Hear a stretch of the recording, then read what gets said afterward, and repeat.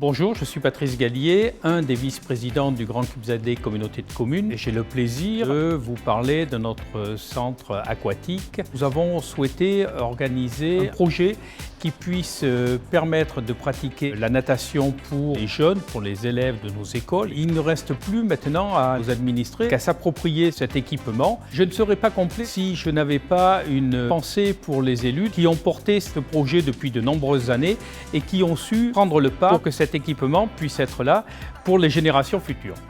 Sur le plan technique, on a beaucoup axé au programme sur des questions environnementales, car la communauté de communes est en agenda 21 depuis de nombreuses années et gère un plan intercommunal. Donc ces notions environnementales sont essentielles dans la conception de ce projet. C'est pour ça qu'on s'est orienté vers une solution gaz et on a aussi fait des choix techniques forts, notamment sur la filtration, avec la diatomée qui est du coquillage recyclé. Nous avons aussi un recyclage de l'eau avec un échangeur eau pour réchauffer aussi d'autres choses. Les bassins ont été aussi choisi en inox pour améliorer la qualité environnementale du site. Nous avons aussi des échangeurs d'air et un recyclage de l'air à la pointe du progrès. Tout ça fait que nous avons un équipement qui pourrait être qualifié de haute qualité environnementale. Évidemment, entre la conception et la réalisation, les choses ont évolué, donc on s'adapte aussi à ces évolutions. On va couvrir la piscine de panneaux solaires, on va faire des ombrières sur les parkings.